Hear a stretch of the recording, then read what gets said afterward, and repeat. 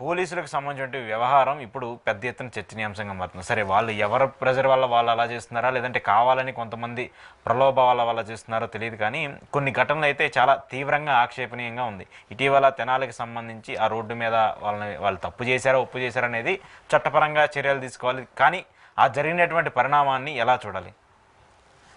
ఒకటి చెప్పగలను సార్. ఇప్పుడు ఉదాహరణకి సమాజంలో కొన్ని అనిశ్చితి చోటు చేసుకుంటున్నప్పుడు నాటి రాజశేఖర రెడ్డి గారి గవర్నమెంట్ అనుకోండి, ఈసారి కేసీఆర్ గారి గవర్నమెంట్లో ఓ సజ్జనార్ గారు లాంటి ఒక స్థాయి కలిగిన వ్యక్తి ఒక విప్లవాత్మకమైన ప్రతిచర్య వలన సమాజంలో ఒక అనిశ్చితికి ఒక చెక్ పెట్టడానికి పోలీస్ వ్యవస్థ తీసుకున్న ఒక బ్రహ్మాండమైన నిర్ణయం కింద దాన్ని అభివర్ణించాలి. ఎందుకంటే మనకి తెలిసిన తర్వాత కొన్ని ప్రభుత్వపరమైన నిర్ణయాలు అనుకోండి, లేదంటే గౌరవ పోలీస్ డిపార్ట్మెంట్ చేస్తున్న పనులను ఖచ్చితంగా మనం హర్షించాలి. కానీ ఇది ఎట్లా ఉందంటే ఒక పబ్లిక్ డొమైన్లో ఇప్పుడు మూడో కంటికి తెలియకుండా పరిసమాప్తం అన్నది వేరు. అది కూడా దాంతో కూడా ఒక భయం అన్నది ఒక హెచ్చరిక సమాజానికి ఇవ్వడం. కానీ ఇది ప్రజాబాహుల్యంలో వాళ్ళని ఆ విధంగా రాక్షసత్వాన్ని పోలీస్ డిపార్ట్మెంట్ త్రూగా ప్రదర్శించడం అన్నది అది ఖచ్చితంగా ఖండించవలసిన చర్య.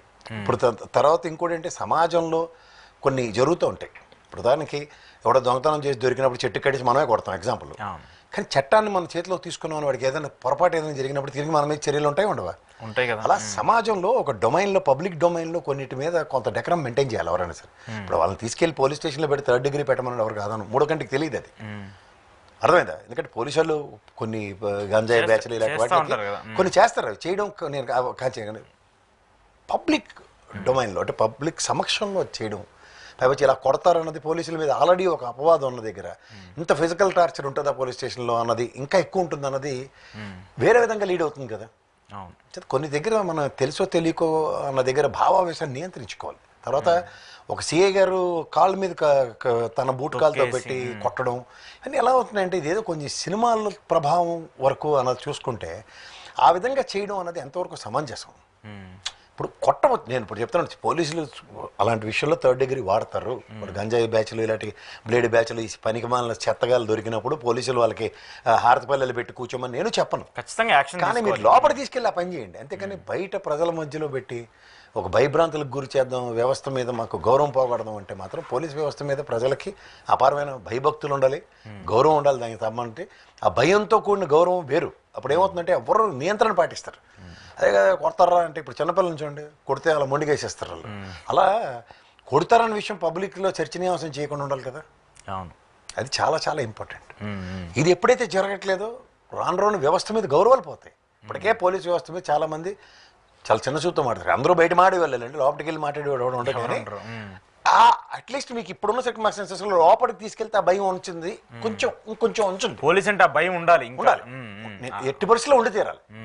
అంతేకాని అది పబ్లిక్ చేశారనుకోండి, మీరు కొడతారన్న భయం ప్రతి ఒక్కరికి ఉంటుంది. అవును, ఇప్పుడు పిడికిలు పట్టుకుంటే అది లోపల ఏం జరుగుతుందన్న భయం ఉంటుంది. వదిలేస్తే ఏముంటుంది, ఇంకా తెలిసి కొడతాడరా అని తెలిసిపోయినప్పుడు ఇంక వాళ్ళు ఇంత కొడతారన్న దగ్గర, ఇంత రాక్షసంగా కొడతారన్న దగ్గర ఆ భయానికే సగం మంది తప్పు చేయకుండా ఉంటారు. అది మీరు ఎప్పుడు బయట ప్రదర్శించారు అనుకోండి, కొట్టరు అని నాలాంటి వాళ్ళు నేను ఖచ్చితంగా మాడుతుంటాను. నాకు ఆ వ్యవస్థ మీద గౌరవం. యాజ్ పర్ రూల్స్ కొట్టకూడదు, అది చట్టపరంగా కూడా ఇప్పుడు అలా కొట్టిన దానికి గౌరవ న్యాయస్థాన పరిధిలో రేపొద్దున కేసు ఎస్టాబ్లిష్ అయినప్పుడు వాళ్ళ మీద గ్యారంటీగా చర్యలు ఉంటాయి పోలీస్ డిపార్ట్మెంట్. ఎందుకు ఈ అపవాదం పోయడం? ఇప్పుడు రఘురామ కృష్ణరాజు కొట్టాడు ఓ నెత్తినవరు కొట్టుకొని ఎప్పలు పడ్డాడు. ఆయన ఎక్కడైనా ప్రూవ్ అయింది అది? ఒక్క పోలీస్ ఆఫీసర్ మీద చర్య ఉందా? అలా గుప్పుడు మూస్తేనే ఏదైనా సార్, గుప్పుడు ధరిస్తే ఏముంది సార్, ఇది గమనించాలి. కానీ ఈ దైద్రానికి తోడు ఇదే కొంచెం అంటే హోంమంత్రి గారు అనిత గారు ఆ విధంగా మాట్లాడడం ఎంతవరకు సమంజసం అండి? ఆవిడ స్థాయి ఒక గౌరవ హోంమంత్రి స్థాయిలో ఉండే ఆవిడ, పైపచ్చి వాళ్ళ సామాజిక వర్గానికి సంబంధించిన ఆవిడ కూడా SC ST సామాజిక వర్గానికి సంబంధించిన ఆవిడ, వాళ్ళ మీద ఆ దాష్టికాన్ని చేస్తే వెనకాల నెరేషన్స్ ఎవరికి కావాలి? కరెక్ట్. ఇప్పుడు ఒక అగ్రవర్ణాలకు సంబంధించిన వాళ్ళని అలా చేస్తే వాళ్ళందరూ ఒప్పుకోరు. ఈ సినిమాలో ఉన్న పరిగమాల బ్యాచ్ అంతాను రోజు ఆ మత్తు పదాలు తాగి చచ్చిన వాళ్ళే కదా, వాళ్ళు పట్టుకుని ఏమైనా కొట్టుని కొల్లపరిచి పోలీసు వాళ్ళు ఈడ్చుకుంటూ వెళ్ళారంటే అరే ఎవరికైనా సమన్యాయం వాళ్ళకైతే అలా అమ్మ అయ్యా నేను కెమెరా పెట్టి తర్వాత మాట్లాడతాం ఆ స్పీచ్ అనుకుని వస్తే వాళ్ళకో న్యాయం వీళ్ళకో న్యాయమా? మనిషి అనేది ఎవరైనా ఒకళ్ళే కదా, సమాజంలో అందరూ ఏకంగా అంతే కదా. ఇప్పుడు చట్టాలు ఏవైనా సరే అందరికీ చుట్టాలు కాదు కదా, ఎవరికి అతీతం కాదు కదా. వాళ్ళని పోలీసు వాళ్ళు ఖచ్చితంగా సినిమా వాళ్ళని కుమ్మేశారన్నది ఎక్కడైనా ఎస్టాబ్లిష్ అయితే ఇలా కుమ్మింది కూడా అంటే వాళ్ళకు కూడా తప్పలేదు అనేటువంటి దాంతో ఈయన కొట్టారంటే ఎస్ ఇప్పుడు మా సజ్జనార్ గారు లేపేశారు దాన్ని పటాలని పిచ్చి పిచ్చి వేసాలు వేస్తే ఇంకోసారి ఆ పని చేస్తే ఇలా ముచ్చుమరిలో గట్టడానికి నెక్స్ట్ అక్కడ కడపలో జరిగిన దానికి మీరు ఆ పని చేస్తూ కనబడండి. అమ్మ ఈ ప్రభుత్వంలో తోలు తీసేస్తారు, ఓన్లీ పొగొడి పెట్టకబుర్లు చెప్పుకుని అవును కొడతారు. ఈవెన్ వాళ్ళ మీద అసలు ఆ కేసుకు సంబంధించి ఏమవుతున్నాయో కూడా తెలియట్లేదు. ఇప్పుడు ఏపీలో నాకు తెలుసా దాని పూర్వపరాలు చూస్తే ఒకటో కేసు ఏదో ఉందంట ఇంకా వాళ్ళ మీద, మిగిలిన కేసులు కొట్టబడ్డా ఏదోను 5 ఏళ్ల పాపకు సంబంధించి అది మరీ అరాచకం కదా సార్. దాని మీద మీ చర్యలేవి? Even not media also project చేయట్లేదు, దాన్ని చూపించాల్సినటువంటి ఇలా అమ్ముడిపోయిన మీడియా అండి చెత్త. వీళ్ళు ఎప్పటికీ నిజాన్ని ప్రజలకు చెప్పరు, అది గ్రహించండి. అప్పుడు నీ తపేలా ఛానళ్ళు ఈ పనికిమాలిన మీడియాలు ఏవైతే ఉన్నాయో అవి చచ్చినా ప్రజలకి వాస్తవాలు ప్రదర్శించరు. అంచేత ఏమవుతున్నాయంటే ప్రభుత్వానికి కొమ్ము కాసుకుంటూ అబద్ధాన్ని నిజం చేసే ప్రక్రియలో వీళ్ళు సక్సెస్ఫుల్ నెరేషన్స్ని ఈ రోజు దగ్గర జస్టిఫై చేసుకుని వచ్చారు. ఆ బుద్ధి పుట్టుకుతో వచ్చింది పుడకలతో కానీ బోధ అంటారు. ఓకే, కానీ అది ఖచ్చితంగా ఆక్షేపణీయం సార్. ఇది మాత్రం అంటే పోలీసులు వాళ్ళ మీద చర్య తీసుకోవడం తప్ప నేను అన్ను, కానీ అది 4 గోళ్ల మధ్యలో చేయండి, 3వ కంటికి తెలియకుండా చేయండి. వాళ్ళకి భయం పెట్టండి, అరే గంజా అలవాళ్ళు దొరికారా బాబు కుమ్మేశారటాలని. అది ఆల్రెడీ రావణ కాష్టల దావనలాగా అందరిలోకి వెళ్తుంది. ఎన్ని చేసినా కూడా అది ఆగట్లేదు కదా, ఎన్ని చేసినా ఎన్ని చర్యలు తీసుకున్నా ఎన్ని పెట్రోల్ బంక్ కూడా చూపిస్తాడు కదా, వంశీ ఎలా వెళ్ళాడు ఇప్పుడు చూడండి ఎలా ఉన్నాడు, అలా బోరగడ్డాడు ఎలా వెళ్ళాడు చూడండి ఇప్పుడు ఎలా ఉన్నాడు అని ఇది పెద్ద పరివర్తకుల్లో చూపిస్తాడు కదా. ఆ తిరుపతి కొండ మీద తినాదంటే ఇటు బహిష్కరించేస్తారు. ఉర్ర నువ్వు కొండల మీద జరుగుతున్నటువంటి ఉర్ర నువ్వు ముందు అక్కడ వాళ్ళకి ప్రజాస్వామ్యంలో తిరుపతిలో దేవదేవుడు సన్నిధిలో మీ వాడు అక్కడికి ఎక్కిన దగ్గర నుంచి దరిద్రానికి మారిపోయారు. ఏం నడిచేలా దాపరించాడు అక్కడ.